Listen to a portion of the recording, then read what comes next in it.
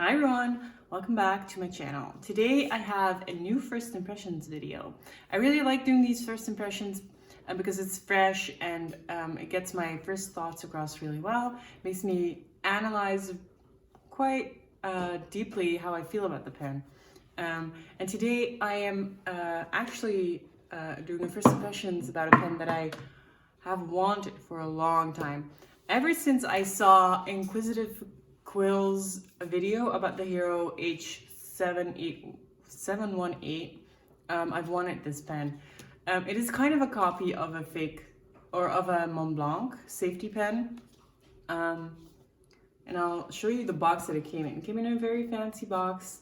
You can take off this sleeve, and then you have the logo, the Hero logo. The pen is not in here anymore, it's just an empty coffin-like construction. I was so excited that I had to take the pen out already. So inside the box there's the pen and a sort of pen sleeve. This is not real leather and it's white, so it's going to get really dirty really fast, I think. But it's a nice gesture to add this. But let's look at the pen. So the H718 is a sort of safety pen. It's not actually a safety pen because it has a captured converter, and real safety pens don't have a captured converter. But it's a pen that, of course, does not have the nib sticking out. So if this becomes uncapped, there's no real danger. You twist the bottom section to reveal the nib. The Hero H718 has a 10K nib. I'm really excited to see what that's like. I have no idea. I've never used a 10K nib. It's not really a high gold content, so I don't know how that affects the nib or the writing experience or the softness of it. I had to look in a booklet to see how you ink this pen. So normally when you have a converter, you unscrew the barrel, you screw the converter down, and you ink it when you screw it up, when you put the nib in the ink. But this, that obviously doesn't work. So what you have to do is put the nib out, pull, and then you can twist the converter. So I'll do the inking on camera, see how that goes. And I'll give you a close-up of this pen, and I'll tell you what I like about it and what I don't like about it. Of course, I cannot cap it when the nib is out. There's a safety thingy that makes it impossible to cap it. But yeah, it's gonna be an interesting video, I think. I'm very excited. Okay, let's switch the shot. Okay, so here we have a close-up look at the Hero H718. As you can see, it is sort of gunmetal gray. It has the Hero logo right here and then the name Hero. On the cap, there's like, this is the Hero logo. It looks super familiar, as in it's sort of a copy of the Mont Blanc snowflake thing. I don't think that they did that on purpose, but this whole design is a copy of a Mont Blanc. I believe it's the 912 Heritage pen, which also emulates a safety pen, but is not a real safety pen, I believe. So vintage pens were often safety pens because ink would leak out of old pens. Old pens were often just eyedroppers and people would experience leaks, and the safety pens would make sure that the barrel of ink was sealed, sort of, and no leakage would occur. So getting the nib back inside the barrel apparently helped ink not from leaking out. So I just unscrewed it. Let's look at the cap again. There's one thing I don't really like about this cap, and that is that band where the clip sits. It has like a weird pattern that I don't really think fits this pen. This pen is quite industrial looking because of the material and the color, and then this is so ornate that it feels out of place. this feels very, oh yeah, that's super stiff clip. I don't think I will carry this around with me anyway, so it doesn't matter, but it's a very stiff clip. So if you clip it to something, it will definitely stay put. This pen is, I think, the heaviest pen I have ever held in my hands. It is extremely heavy. It is all metal. It's a full metal beast, and it is extremely heavy. Size-wise, let's put it next to a TWSBI Eco. It's not that different from a TWSBI Eco. The Eco is slightly longer, but I think the Hero is like 4 times as heavy. So please keep in mind that if you consider purchasing this, it is extremely heavy. I don't think this pen will be a pen that I will write with a lot for me because it is so heavy. But to be fair, I just really wanted it. It's kind of a novelty, and it's been in my head for so long that I had to buy it. I believe it has gone down in price a little bit. So in Inquisitive Quill's video, he talks about it being like $80. I paid 50 euros, which is $55-ish. So it has gotten a little better. The nib is a 10K nib. It has the Hero logo on there. It looks decent. It is kind of a small nib for such a big pen, but that makes sense because it has to go back into the body. So if you have a very big nib, that will not be able to happen. So, oh, this is gonna be fun to play with. Anyway, let's go on and ink it. I'm really curious as to how that works exactly.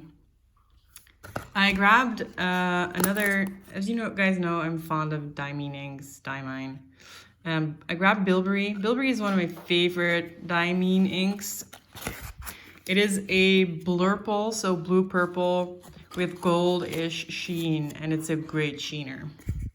And yes, I am addicted to sheen. This bottle is really hard to open, so I'm doing it off camera. Ooh. I think in this bottle there's some inks dried on the edge of it, and it just gonks up the whole system. So I have to pull this, apparently. Ah, there it goes. Now I don't actually know which side. Okay. I think that is down. Then this should be up. Okay. I have no idea. Of course, there's a booklet, and it might say which side I have to screw. Okay, I'm back after thoroughly cleaning the nib. I think there's still some ink in the threads, but we'll see. As you can see, my hands did not come out ink-free, but they weren't ink-free anyway. So, short explanation. You pull out this section, you twist it down like that. So if you have it like this, you twist it counterclockwise to get the converter down, and then clockwise to get the converter to fill. I put diamine, Bilbrey in here. Yeah, let's see how it writes. This is my trusty Tomoe River notebook. It is still very heavy. It does not feel unbalanced, so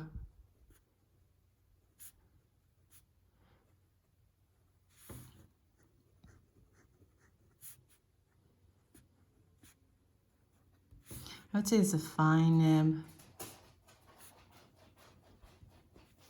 And it is super dry, guys. To be fair, I did not clean this before inking it, so this may be my own fault, but it's not a really great flow right now.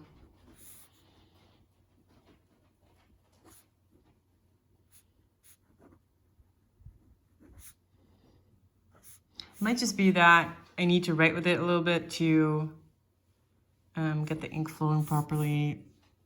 Might be machining oils still on the feed. This is no pressure. And if I add some pressure, it's not a super stiff nib. Of course, this is not a semi-flex nib at all. You can definitely squeeze out some line variation. Yeah. It is fairly smooth, and it looks, it's not actually stub, but it feels kind of stubby. Like there's a slight line variation when you write normally that is not due to pressure or anything else. That might just be my nib and not standard for these pens. So,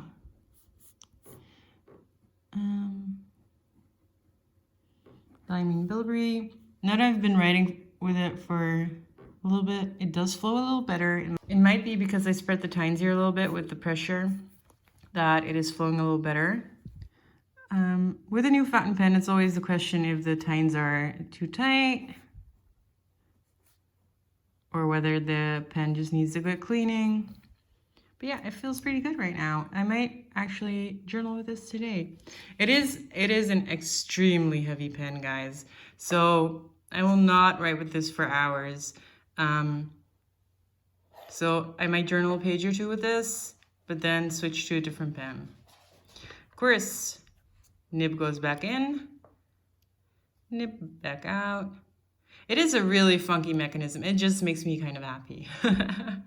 So yeah, back in, cap on. I'll give you a close-up. This is a little wobbly, but it's not too bad. Yeah, close-up of the ink and the writing.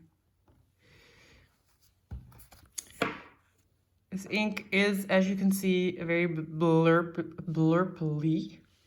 It's a blue-purple combo, and it is one of my favorite inks. It was one of my first diamine inks.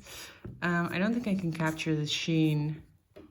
We shall see. No, it's really hard, but it has like this goldy sheen. It is very similar to Diamine or Diamine Purple Rain. Purple Rain is way darker though, but the sheen is very similar. So yeah, that is my overview of the Hero H718. A pen that I wanted for a long time. I'm still pretty excited about it, though it is a monstrously heavy. So yeah, I hope you enjoyed, guys, and I will come back with a new video soon. Bye-bye.